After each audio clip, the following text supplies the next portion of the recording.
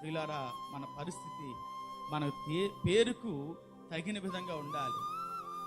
ఎంత గొప్ప పేరు పెట్టుకున్న ఉపయోగం లేదు, ఆ పేరు తగిన జీవితం నీకు ఉండాలి. క్రైస్తవునని గొప్పగా చెప్పుకుంటే కుదరదు. క్రీస్తుని పోలి నువ్వు నడిస్తేనే అప్పుడు నువ్వు క్రైస్తవుడివి, లేకపోతే అంతవరకు నువ్వు వేషధారువే. పకట వేషగాలు ఎంత కనిపించట్లేదు అంతమంది. వారి జీవితాన్ని బట్టి వారు ఎంత మాటలు పలుకుతున్నప్పటికీ కూడా వారి జీవితం అంతా చాలా వ్యత్యాసంగా కనిపిస్తుంది.